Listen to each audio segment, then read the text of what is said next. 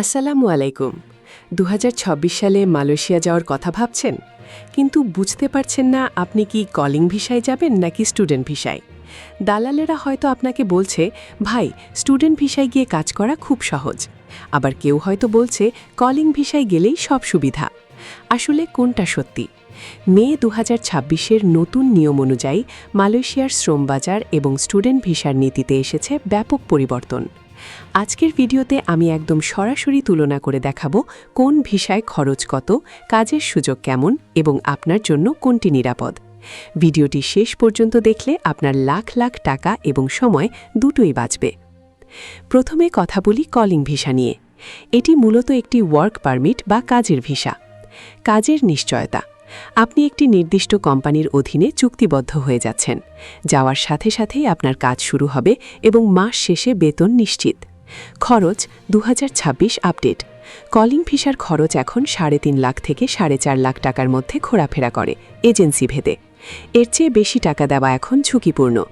সুবিধা: কোম্পানি আপনার থাকার জায়গা এবং অনেক ক্ষেত্রে চিকিৎসার দায়িত্ব নেয়। নির্দিষ্ট সময় পর লেভি এবং ভিসা রিনিউ করার সুযোগ থাকে। অসুবিধা: আপনি কোম্পানি পরিবর্তন করতে পারবেন না। যদি কোম্পানি ভালো না হয় তবে আপনি বিপদে পড়তে পারেন। ডিউটির বাইরে অন্য কোথাও কাজ করা আইনত নিষিদ্ধ। এবার আসি স্টুডেন্ট ভিসা নিয়ে। অনেকে এটিকে মালয়েশিয়া যাওয়ার শর্টকাট রাস্তা মনে করেন। কাজের সুযোগ: মালয়েশিয়া ইমিগ্রেশনের নিয়ম অনুযায়ী একজন আন্তর্জাতিক শিক্ষার্থী শুধু সেমিস্টার ব্রেক বা ছুটিতে সপ্তাহে মাত্র ২০ ঘন্টা পার্ট টাইম কাজ করতে পারেন। অর্থাৎ পড়াশোনা চলাকালীন ফুল টাইম কাজ করা আইনত দণ্ডনীয় অপরাধ। খরচ: স্টুডেন্ট ভিসায় শুরুতে কলেজ বা ভার্সিটির ফি এবং এমজিএস চার্জ বাবদ ১.৫ থেকে ২.৫ লাখ টাকা লাগতে পারে। তবে প্রতি বছর বা সেমিস্টারে আপনাকে ভার্সিটির মোটা অঙ্কের ফি দিতে হবে। সুবিধা: যারা পড়াশোনা শেষ করতে চান তাদের জন্য এটি দারুণ সুযোগ।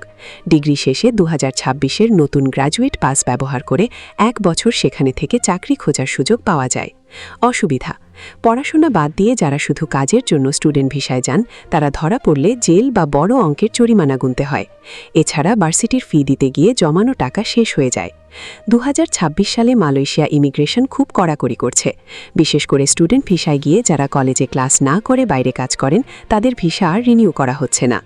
অন্যদিকে কলিং ভিসায় ই ভিসা সিস্টেমের কারণে এখন প্রতারণা কিছুটা কমছে। তবে বেতন কাঠামোর ক্ষেত্রে দক্ষ শ্রমিকদের জন্য নতুন কিছু সুবিধা চালু হয়েছে। এখন প্রশ্ন হলো, আপনার জন্য কোনটা ভালো?